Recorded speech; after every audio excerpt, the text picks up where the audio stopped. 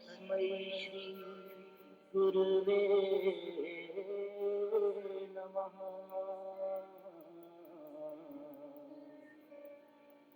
तस्मै श्री गुरुवे नमः। Hello, welcome to Silent Wisdom Online Satsang. This is Muni. Today we are going to talk about suffering, how to reduce suffering, and is there an ultimate cure of suffering? Before I start talking about it, I would like to ask all of you, what do you think is suffering? Can you just write a couple of words? What according to you is suffering? Okay, Anaya is saying attachment. Very good. Swati is saying state of mind. Yes, absolutely. Poonam, pain, physical, mental, emotional. Okay, so you're saying it is pain, right? Satya, not at peace, not at ease. Yes, very good. Sangeeta is saying pain which the mind cannot tolerate. Absolutely. So it has gone beyond your tolerance. That is where it has become suffering, out of control. Meenakshi is saying it is pain, attachment, restlessness. Yes. Pragya, undesirable. Absolutely, undesirable. Sanjay is saying suffering is for healing. Okay, good. So, what you're saying is it's an invitation to healing. Very good. So, all of us are right about what suffering is. And there are so many definitions of suffering that we can come up with.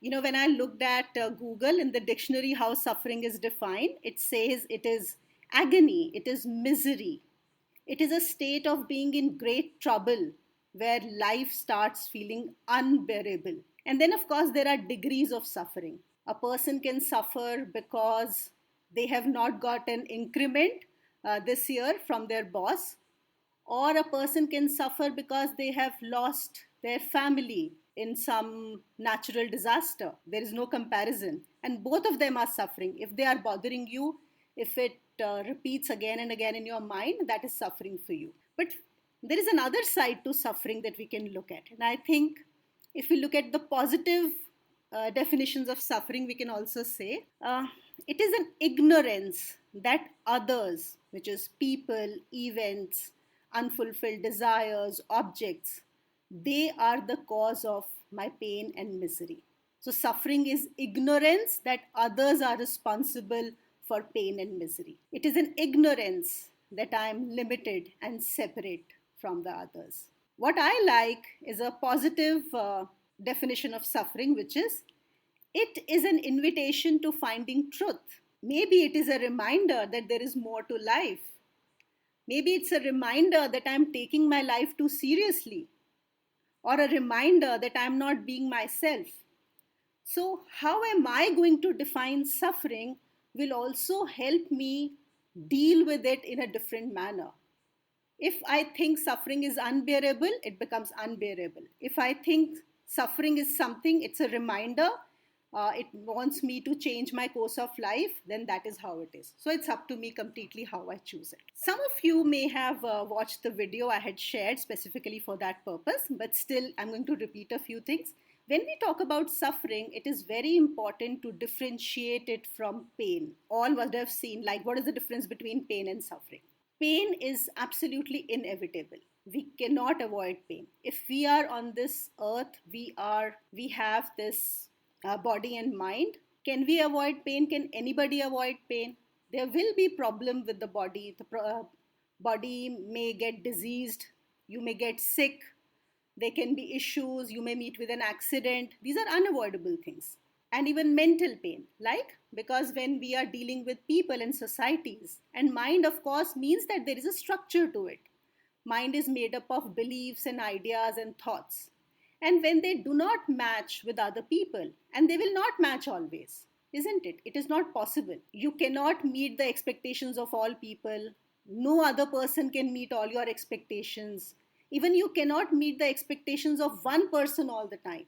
So there is bound to be pain, but we can deal with the pain. It is possible. If it is a physical pain, yes, by medicine, going to a doctor, there are so many ways that one can cure it. Mental pain, once you understand why this pain is happening. And if you just stay with that particular piece itself and take the right measures, one can get over it. But what happens is we don't stop there. We just make that pain into a suffering by repeating it again and again in the mind, or because we do not understand, we do not have the right knowledge. Mostly it is about because we are ignorant. We don't have the right system to understand why this pain is there, and it turns it into a suffering. Most of the reasons why it becomes a suffering is because we believe completely, we think that it is others who are responsible for it. Isn't it? Most of the time we go into the victim mode. It is my boss who's not good, because of which I'm suffering in my job. It is my husband who doesn't understand me, so I'm suffering. It's because of my mother in law. It's because of the political situation. It's because of the weather, the city that I'm living in. I mean, the list is just countless. There is no end to it. And then we just don't stop there. Not only do we have a wrong notion, we go on repeating it. And by repeatedly talking about this negative thought, we harm ourselves in two ways. First is that we are spreading negativity and it is going to boomerang. Okay, today we may feel a little relief because I have shared it with 5 people. I, got a little space in my head, because otherwise it was just filled with so much of negativity. But this is just temporary. And then I have passed it on to the other person, who will, if that person is weak and the person would also become negative, that person will again pass into to somebody else. And eventually it is going to come back to you. So that is one way that I have harmed myself. Second is that the more I talk about it, my mind is also listening that, and the more my mind listens to it, the more it starts believing it to be true. And I'm sure some of you may have noticed this, that sometimes when we start sharing or talking about something negative, initially it wasn't that big. I felt, oh, it's a small thing, but after talking about it 10 times, it suddenly starts feeling as if it is really big. It is something really important. So the mind starts giving importance to it. I just related to, now we can all relate this very well. If you watch a particular kind of a video on YouTube, okay, now the YouTube starts throwing back very similar videos to you again and again. So if you have watched something on, let's say, suffering, and you will find that all the people who have talked about suffering, those videos will start coming in. The same thing the mind is also doing. It is really important that we understand how we can keep our pain as pain and get cured there instead of turning it into a suffering. And how do we do that? Through right understanding and knowledge. And how are we going to get the right understanding and knowledge? By understanding the laws of the mind. One, we understand the difference between pain and suffering, and then we understand what are the laws of the mind. Seeing this comment by Pragya, दुख बांटने से घटता है और सुख बांटने से बढ़ता है, ऐसा सुना है. Right, सुख बांटने से. But दुख बांटने से जो घटता है, what it feels, that's what I said, it is very temporary. It seems that it has reduced. It actually does not reduce. It only keeps on increasing because you have triggered that negativity in the other person. I'm sure all of you would have experienced this, that when a negative person is talking to you, you start feeling negative yourself after that. Is it everybody's experience? Maybe not all the times, but most of the times. We also tend to become negative. So it does not reduce. This is what we always say, the wrong notions that we have. Maybe somebody would have said that दुख बांटने से घटता है और सुख बांटने से बढ़ता है. सुख बांटने से बढ़ता है बिल्कुल, because you are spreading positivity. But दुख बांटने से नहीं घटता है. So yes, we were talking about the right understanding and knowledge. The moment we understand that, what are the laws, how does this whole process work, it helps us reduce our suffering. And let's understand that. And I'll also give you an example. It's like after every morning, there is a night. Now, suppose, let us say, there is someone who's only seeing day for the first time. Okay, not a small child, because that wouldn't understand. It's very imaginary. So you are seeing day for the first time, and then suddenly it turns dark. Now that person is going to be very scared. In fact, I have read a story somewhere, I don't know how true it is, that there was this group of people and who suddenly when it turned night, they got really scared because they did not know that night used to come after the day. And they thought they had done something bad or something really mistakes they have done. How come it has become dark? God has angry with them. What should we do about it? And the whole night, whatever, 8 or 10 hours the night lasted, they just kept on praying and asking for forgiveness, everything. And then the day came. And they were like very happy. Like all of us, the whole night we prayed and everything. So now the sun has come back again. But then once it happens, of course, again and again, they will realize. But right now, they did not know. So they thought something bad has happened. Ignorance, not knowing that after every day there is going to be a night, has led to that misery. Similarly, sometimes the pains that we suffer is because we do not know. If we understand the laws of the mind, how does it work? Maybe, and we remember them, it will reduce the suffering. And what is the law? The law one is, it is the tendency of the mind to keep recycling, to keep reproducing, to keep repeating what is there in it. Once you have experienced something, the mind will keep on repeating it again and again. Do you all agree? Is this your experience as well? Now, this is an automated process. Okay. And again, what the example that I gave of YouTube, it's the same thing. So nobody is doing it. There is nobody responsible for it. It is just an automated thing. There can be emotional experiences which are being recalled, very selective experiences. But the thing is that it keeps on repeating. There is actually no such thing as forgetting. In the mind, once you have experienced anything, it goes into the memory. Now, what will get recycled and repeated and what will be thrown in the conscious, that we don't know. But the thing is, it will happen. So once we understand that mind has a tendency, then we can know that yes, this is a process and I don't need to identify with it.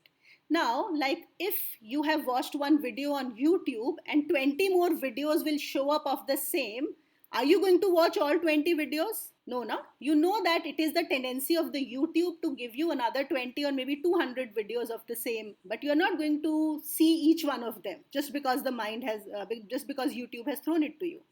Similarly, once you understand that mind has a tendency to repeat, you can disidentify yourself. Just by knowing this, realizing, it will disconnect you from that. The second law is that whatever is more important for the survival of the organism is actually recorded in a very special manner. I'm sure many of you, all of us would have experienced this, that negative events kind of get recalled more easily and much more than the positive events, isn't it? The negative events kind of run again and again, repeatedly. Now, why does that happen? I have heard some experiments. I don't know how much they are true, but they must be when, like people in the labs have been tested where they were asked to recall something like positive was done to them and something negative was done to them. And then the MRI of their brain was done, and they saw that 3 times more neurons fired when it was a negative event that was happening. So 3 times more neurons than what a positive thing was happening. Now, what does that tell us? This tells us that the mind has been designed in a particular way that whatever is important for your survival or whenever there is a threat, it has to remember this. And why does it have to remember this? To protect you. So that, like, if you know that you need to stay away from certain foods if something has gone wrong for you. And mostly it happens with emotional people. If somebody has hurt you, then you are going to remember that even much more, that because it's a threat to the identity. Earlier, like they say, like as we evolved, earlier we had to protect ourselves from wild animals. So if we have to protect from them, then of course, the instincts or the mind would process data in a different manner. Today, it is more about the survival of the identity than the physical body. Emotional things, wherever you would get hurt. And especially if it is with regarding to your survival, whether the survival is about your food or whether it is about your security or potential mates and you get rejected. Rejection is something that the mind remembers and recalls even much more strongly than anything else. And records in a special manner, and it also repeats more often than any other information.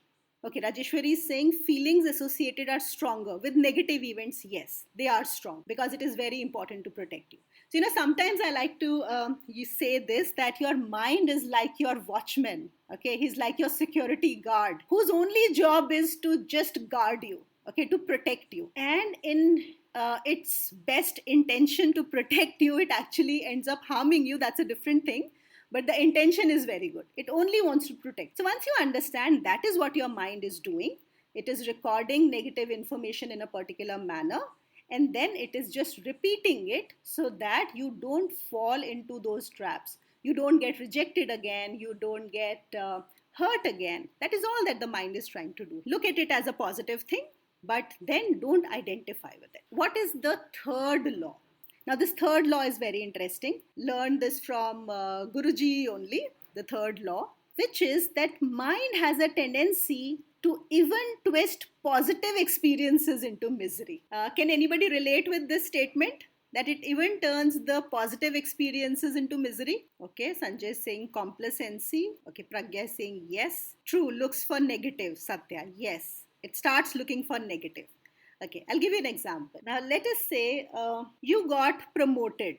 Okay, you're very happy. Okay, you got promoted. Now, within a few hours of having been, not even you have enjoyed that enough, that the mind will tell you, okay, you got promoted this time, but next time, what if it doesn't happen? Okay, something, whatever positive may have happened, yes, Rajeshwari is saying worry about future. It immediately starts worrying about, okay, it has happened today, but what if it doesn't happen in the future? Okay, I still remember whenever, the moment I thought of this, I remember this incident from my childhood.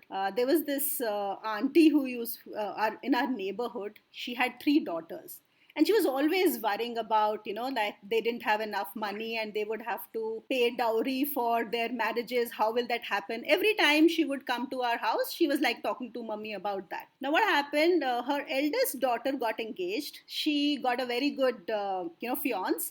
And they also said, we don't want any dowry. So they were talking. And so my parents kind of, congratulated them and said, right, you were just worrying about, see how nice it has happened. But she said, no, but what? It has only happened with one. Now there are 2 more. Who knows whether we'll find, those kind of in-laws who would not want dowry. So something good has happened, but the mind cannot accept that also. It just immediately goes into what if it doesn't happen in the future? What else is remaining? Now, Shilpi is saying fear factor plays a vital role.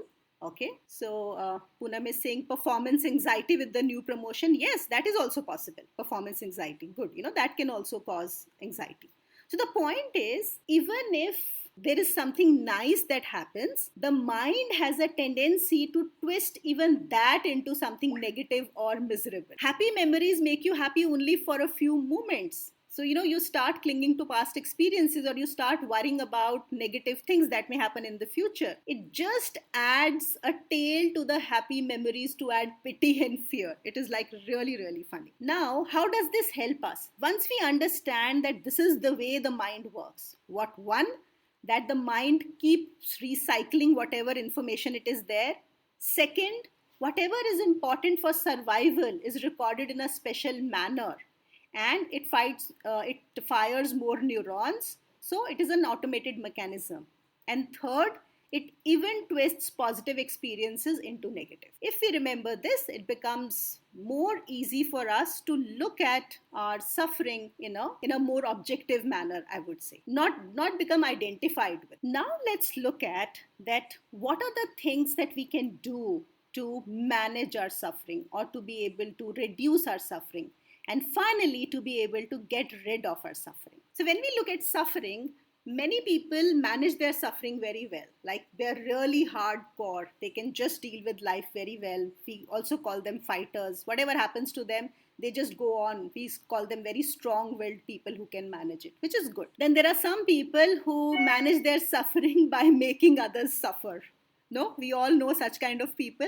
I can't manage my own suffering. I am suffering. The other person is not suffering. Let me, make them suffer as well. Let me take it out on them. And that also boomerangs. That's a very negative way of dealing with suffering. Some people can manage it by keeping themselves really busy. We also call them workaholics. Just they find something in their life which helps them so much to deal with it that the suffering doesn't bother them. Then other ways of dealing with suffering are, some people may go for therapy, or you can try positive affirmations, positive thinking, or even through introspection. So that's all fine. But when the suffering becomes so much for certain people that it leads to depression or lethargy or stupidity or diseases, that is where it goes completely out of control. Then it becomes really difficult to help the person. But yes, some people can be helped, but generally it becomes very, very difficult. But I'm sure for most people, one can deal with those things before they go to that kind of a level. Now let's look for what are the temporary solutions. First, let's talk about the temporary solutions. Again, I have talked about them in my video, but I will just kind of again repeat them. The first is stop talking about the suffering. I've also mentioned it earlier. The more we talk about it, our mind is listening. The mind is thinking, making it more and more real. Also, we are spreading negativity. Negativity is more contagious than even corona. See, even for corona, you have to meet the person in person, like, face to face. Then only you can pass on corona. But negativity, you can even pass on by just talking to that person on the phone or by sending a negative message. Stop spreading negativity. Second is, as I said, that the mind keeps on recalling those events again and again. Sometimes it really goes out of control.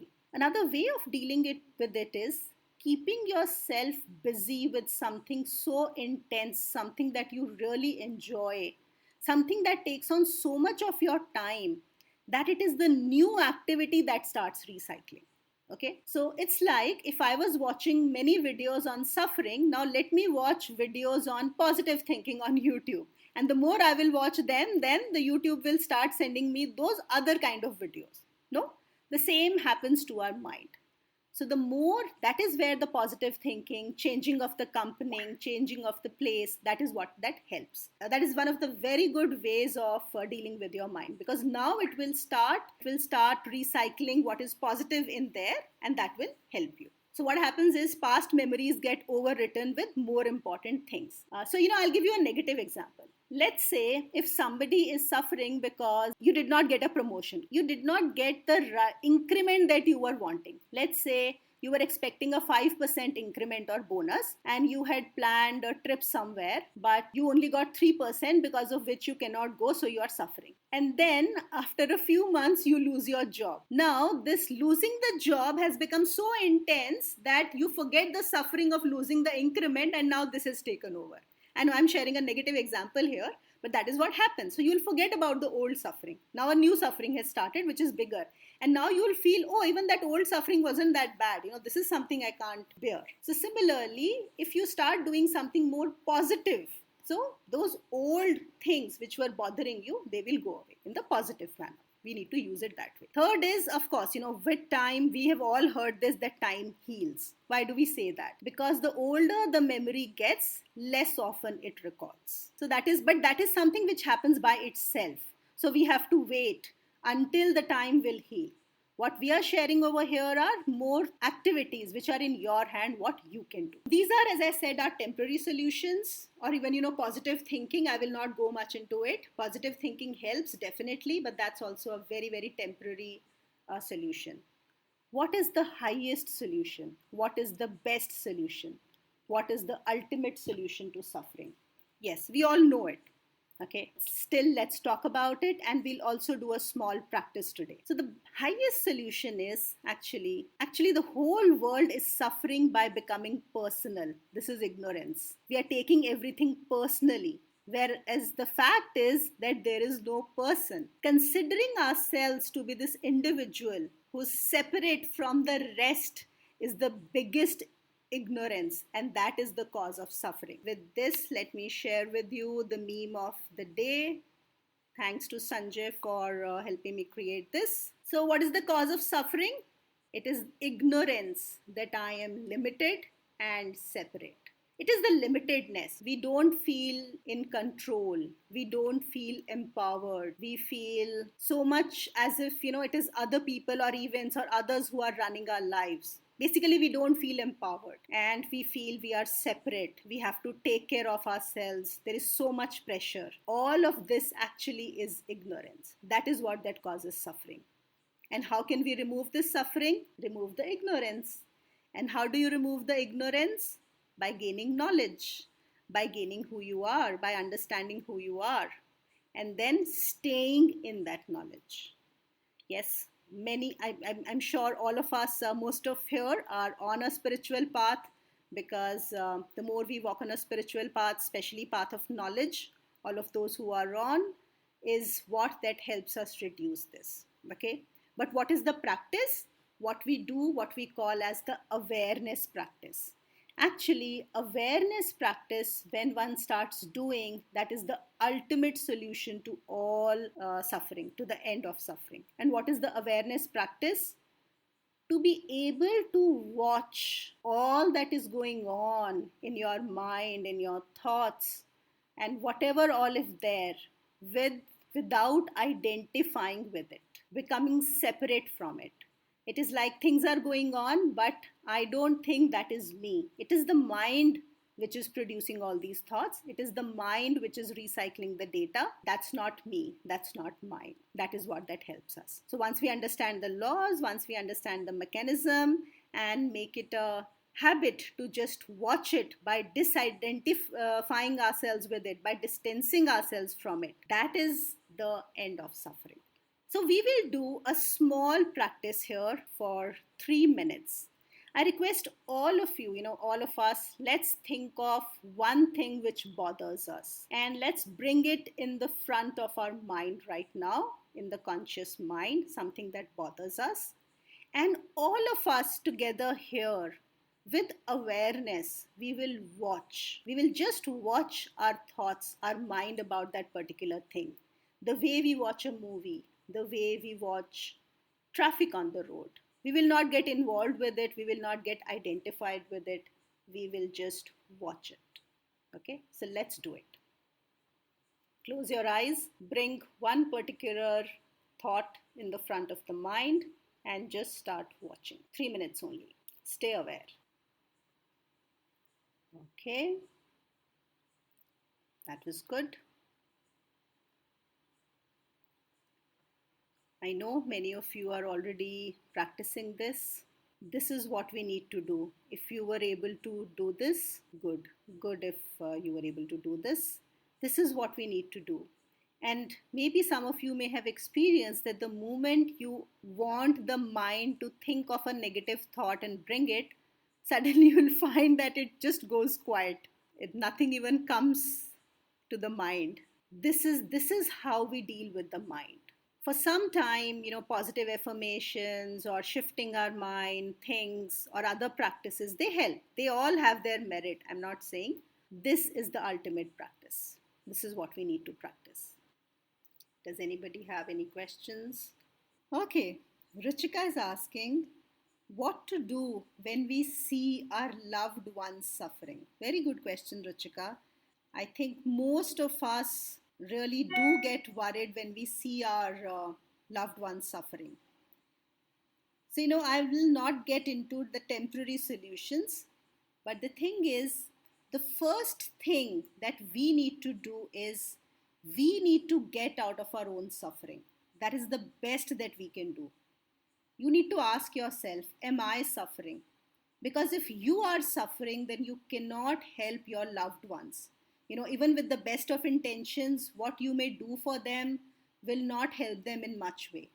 So before starting to help others, before wanting to help others, it is about helping our own selves. It's just like how we are told in the aeroplane that when the masks will pull down in emergency, and you need to first wear your own mask before helping others. The same thing applies here. Without that, actually, one, you don't know whether they are suffering or not. Second, what we think is suffering may sometimes also be good for them.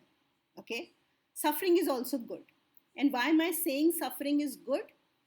Because it is also an invitation to change. It's an invitation to wake up. sometimes, I had mentioned that in the video as well, that by listening to people's miseries, we may be doing a disservice to them. You know why? Because, yeah, once in a while, to a few people, one needs to do that. I'm not denying that, but you will know the difference. When we listen to other people's miseries, we help them reduce the suffering temporary, and then they never learn how to change. Sometimes the suffering has to become a little intense enough where they become open to change, where they realize for themselves that there is something more that needs to be done, isn't it? The best thing that you can do, as per me, is come out of your own suffering, and then you will know what is it that you need to do with them, whether you need to allow them to suffer, which may be good for them, and or whether you need to take an action with them, and you will know what action needs to be taken with them. Really, it comes to you naturally in awareness. The right action comes to you. Renu is asking, what, although we understand, but your family members too are involved in some problem, how to handle it? Are you again talking something very similar to what Richika is saying, Renu, that your family members are in a problem, how do you handle them? Okay, so that means they are suffering, right? They are in some problem and they are suffering. If the problem, problem has solutions. If actually it's a worldly problem, some problems they can be easily solved by taking the right decision. But if they are suffering again, are you out of your suffering? If you are out of your suffering, then you know what you need to do with them. Do you need to allow them to suffer more so that they realize for themselves what is right for them? Or you need to take any action with them? Swati is saying, have heard people saying, my sufferings are my best companion. Yes, Swati, you're right. People get addicted to their suffering, and it is very common because that kind of becomes their comfort zone, and they like to be in the victim mode. They get attention from others. People start giving up on them. They don't need to take responsibility. So people say, oh, this person is poor, suffering. How can we ask this person to do certain things? It also they build their entire life around them, around their suffering. And you'll find, they'll be complaining about one suffering, one particular problem, and that will get solved, and immediately they will be into the second one, and the second one is also gone, then there'll be a third one. So there is no end to it. Actually, they love their suffering. You're right. And so we don't need to worry about them. Okay, Minakshi is saying, I do spiritual practices.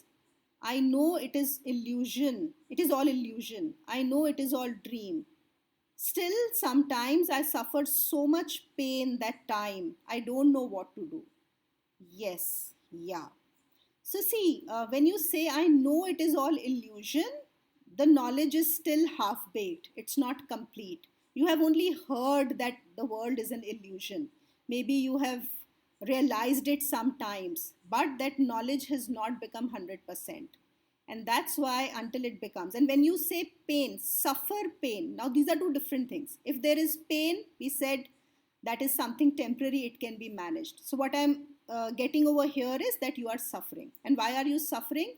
That maybe there's a part of mind that says this is all an illusion because you've heard it. But the larger part of the mind is still repeating that pain. It is into that automated process of throwing it again and again. So the mind, even that one part which says it is an illusion, it starts believing no, because it finds the other part very strong who's saying that, it's repeating, and the suffering continues. So you're doing, what needs to be done. That is the process, and you will reach there. You'll reach a point where you'll get established in understanding that it is an illusion. The pain will still be there. See, the pain never goes away. Pain will never go away. But suffering will, for sure. I had got another question. Actually, somebody had asked me and also typed it here. So this person was talking to me, and she said, I'm in a bad marriage. My husband does not respect me, does not understand me. We fight every day, but cannot walk out of the marriage because of little children. I'm suffering. What should I do? Now, here she's talking about a bad marriage. We can also say a bad relationship. We can say a bad job. Anything, anything could be there. Now, if when we look at this question, She has already said but cannot walk out of the marriage because of little children. So I would ask that what are the options? So there are two options that I can think of here. One is that you may walk out of the marriage, and second is that you may continue in the marriage, right? These are the two options which are there. And she has already decided but cannot walk out of the marriage. And the reason is also very relevant because there are children. And we think that yes, for children, we should stay as a family. Now, what is happening over here is that while I have taken a decision that I will not walk out of the marriage, but I am not accepting this decision. I'm still looking at that because I cannot walk out the marriage and the husband is not respecting me, understanding me. Well, these are again her statements. Who knows what is happening from her side? But the thing is that there will be negatives in both the options. Even if we take the option that she walks out of the marriage, there is going to be negativity, right? There will be social pressure, the children will suffer, even the divorce or whatever, that does not work out well. Maybe she's dependent on the husband, so she will have to become financially independent, which would mean picking up a job, doing things she hasn't done. So that's not going to be easy. There are going to be difficulties, so many negativities if you walk out of the marriage, so many negativities if you stay in the marriage. Okay. And what is happening now, even when you are not taking a decision, you are still facing negativity. So, what I'm trying to say here is whatever decision that you take, there are going to be positive consequences and there are going to be negative consequences. We have to accept that. In psychology, I'll share with you one theory here. When we talk about conflict, there are two kinds of conflicts. One is called an approach conflict, and the other one is called an avoidance conflict. Okay. Now, approach conflict is when there are two positive things that you need to choose from. So, for example, you need to get married and there are two potential mates. Both of them are equally good, but you can, of course, marry only one. So, you have to choose.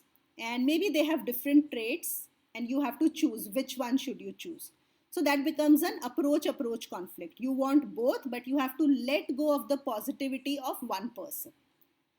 Or let's say, you have a budget, you need to go on a vacation. So the choice is maybe I can go to Switzerland for 1 week, or I can go on a vacation in India for 3 weeks. So if I go for 1 week, there are some positives, but I get only 1 week of time, but here I get 3 weeks. You understand, right? So approach conflict. Then there is something called that is avoidance conflict. That is when there are two negative situations you need to choose from. Whatever situation you may choose, there is going to be negativity. There is a lot of negativity there. Okay? And the negativity is more than the positivity. So like for this person right now here, bad marriage. Walks out of the marriage, there is a lot of negativity. Stays in the marriage, there is a lot of negativity. But the point is that since there is negativity in both, so you take one decision. You choose what you think as per your understanding, as per how your mind is developed, which negativity seems lesser to you.